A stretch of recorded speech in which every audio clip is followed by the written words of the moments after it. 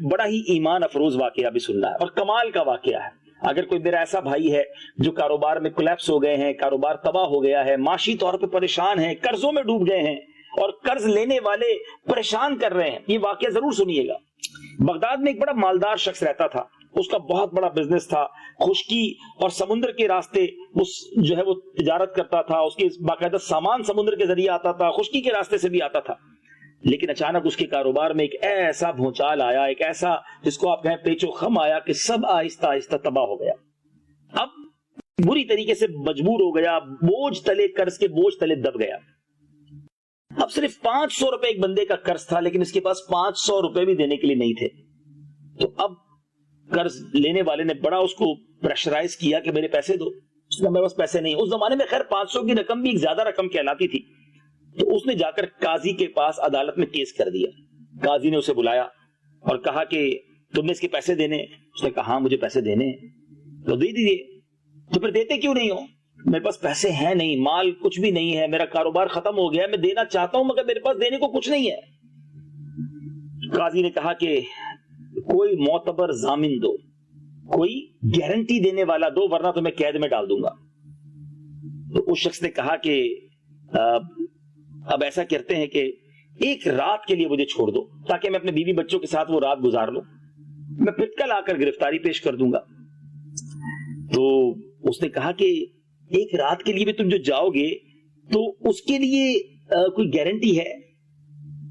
تو قاضی سے وہ کہتا ہے کہ میرے اس رات کے ضامن میرے آقا علیہ الصلوۃ والسلام ہیں، تم نبی پاک کے نام پر مجھے جانے دو، میں صبح واپس آ جاؤں گا. قرض خواہ جو تھا وہ بھی عاشق رسول تھا، مسلمان تھا، کہ ٹھیک ہے ایک رات کے لیے تم چلے جاؤ. نبی پاک کا نام جو لیا ہے، وہ شخص بڑا مغموم پریشان اپنے گھر آیا. بیوی بچوں نے دیکھا تو سب پریشان ہو گئے کہ بڑے غمگین ہیں. تو اس نے کہا کہ بس مجھے آج رات کی اجازت ملی ہے، صبح مجھے عدالت میں پیش ہو کر گرفتاری دینی ہے، یا 500 روپے دینے ہیں یا گرفتاری دینی ہے، رقم تو ہے نہیں. ایک رات کے لیے نبی پاک کے نام کی ضمانت لے کر، پیارے آقا کا نام ضمانت کے طور پر کہا ہے اور آیا ہوں. اب صبح مجھے واپس جانا ہے اور اپنے آپ کو گویا گرفتار کروانا ہے، شاید پھر زندگی میں باہر نہ نکل سکوں. وہ زوجہ بڑی عاشق رسول تھی. اس نے کہا کہ گھبراؤ نہیں، جب نبی پاک علیہ الصلوۃ والسلام کا تم نے نام لیا ہے نا، انہیں ضامن بنایا ہے، تو اب فکر نہ کرو، آقا ہی کرم فرمائیں گے. اس شخص نے کیا کیا؟ درود پاک پڑھتا رہا، درود پاک پڑھتا رہا. درود پڑھتے پڑھتے اس کی آنکھ لگ گئی، آنکھیں بند ہوئی. خواب میں نبی پاک علیہ الصلوۃ والسلام کی زیارت ہوئی. سرور کائنات علیہ الصلوۃ والسلام نے فرمایا بشارت ہو، صبح سویرے بادشاہ کے وزیر کے پاس جا کر کہنا کہ رسول اللہ صلی اللہ تعالی علیہ وسلم تمہیں سلام فرماتے ہیں اور تجھے حکم دیتے ہیں کہ میری طرف سے 500 دینار، ایک روایت کے مطابق یہ 500 دینار تھے، 500 دینار کا قرضہ ادا کرو، جس کے سبب سے قاضی نے مجھے قید کرنے کا حکم سنایا ہے، اور میں تو صرف رسول اللہ صلی اللہ علیہ وسلم کی ضمانت سے نکلا ہوں، میرے آقا کے نام سے میں باہر آیا ہوں. پھر پیارے آقا علیہ السلام نے وزیر کی ایک نشانی بھی بتائی کہ اس سے کہنا کہ تم ہر رات پیارے آقا علیہ السلام پر 1000 مرتبہ درود پاک پڑھتے ہو. گزشتہ رات تم گنتی بھول گئے تھے اور تمہیں شک ہوا کہ پتہ نہیں گنتی پوری ہوئی کہ نہیں. تمہیں مبارک ہو کہ تمہاری گنتی پوری تھی، اور یہ مبارک خواب دیکھ کر اب یہ آدمی بڑا خوش ہوا، بیدار ہوا. آقا نے نشانی بھی بتائی تھی. یہ وزیر کے پاس گیا، دیکھا کہ وزیر کے پاس تو بڑے مصروفیت چل رہی ہے اور خود بھی کسی گھوڑے پر سوار ہو کر کہیں جانے والا ہے. تو اس نے وزیر کو سلام کیا اور کہا کہ مجھے کسی نے تمہارے پاس بھیجا ہے، تم سے بات کرنی ہے. اس نے کہا کس نے بھیجا ہے؟ اس نے کہا میرے آقا علیہ الصلوۃ والسلام نے، رسول اللہ صلی اللہ علیہ وسلم نے بھیجا ہے.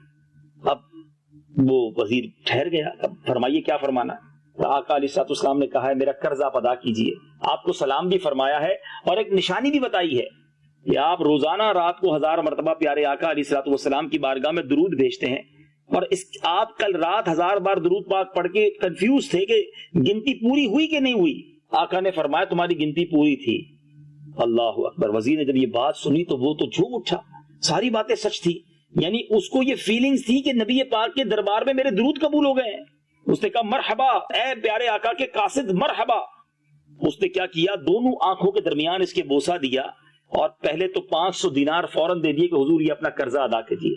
پھر 500 دینار اہل و عیال کے لیے دیے، 500 دینار گھریلو اخراجات کے لیے دیے، مزید 500 دینار خوشخبری سنانے کے دیے، 500 دینار سچا خواب بیان کرنے کے لیے دیے. اللہ اللہ، 2500 دینار ہاتھ میں ہے. یہ قرض خواہ خوشی خوشی جو ایک رات پہلے نبی پاک کی ضمانت پر عدالت سے وقت لے کر نکلا تھا کہ ایک رات کے لیے بچوں سے ملنے دو، اب خوشی خوشی عدالت پہنچا اور وہاں جا کر اب قاضی کو جب اس نے جا کر سلام کیا، اس سے پہلے کہ یہ قاضی کو رقم دیتا، قاضی کہتا ہے کہ نبی پاک میرے خواب میں بھی رات تشریف لائے ہیں اور آقا نے مجھے یہ ارشاد فرمایا ہے کہ یہ قرض میں تمہاری طرف سے ادا کروں اور اب اس کے علاوہ میرے مال سے اتنی ہی رقم تمہیں اور دی جائے گی۔ قاضی کہتا ہے، جج کہتا ہے میں قرضہ ادا کروں گا، آقا نے خواب میں مجھ پر بھی کرم فرمایا ہے۔ اللہ اکبر، اللہ اکبر۔ قرض خواہ کہتا ہے ذرا رکو تو صحیح، میں سارا قرضہ معاف کرتا ہوں کیونکہ نبی پاک علیہ الصلوۃ والسلام رات میرے بھی خواب میں تشریف لائے ہیں، آقا نے مجھ پر بھی کرم فرمایا ہے اور مجھے بھی یہی وصیت فرمائی ہے، بلکہ یہ بھی فرمایا ہے کہ 500 دینار تمہیں اور دینے ہیں۔ اللہ اکبر۔ ادھر قاضی نے 1000 دینار دیے، جس کا قرض لوٹانا ہے وہ بھی 500 دینار دے رہا ہے، وہ شخص جس کے پاس 1 دینار نہ تھا اب 4000 دینار لے کر اپنے گھر کو لوٹ رہا ہے۔ اللہ اکبر۔ یہ درود و سلام کی برکت ہے، اس طرح بگڑی بناتے ہیں میرے آقا علیہ الصلوۃ والسلام، اس طرح کرم کے دریا بہاتے ہیں۔ اے میرے بیٹے اسلامی بھائیوں، شاید اب اعلیٰ حضرت امام اہل سنت کا وہ شعر اور اچھی طریقے سے سمجھ آئے گا کہ میرے کریم سے گر قطرہ کسی نے مانگا، میرے کریم سے گر قطرہ کسی نے مانگا، دریا بہا دیے ہیں در بے بہا دیے۔ مانگنے والا ہونا چاہیے۔ جھولی ہماری تنگ ہے، تیرے یہاں کمی نہیں، ہماری جھولیاں تنگ ہیں، ہمیں مانگنا ہی نہیں آتا۔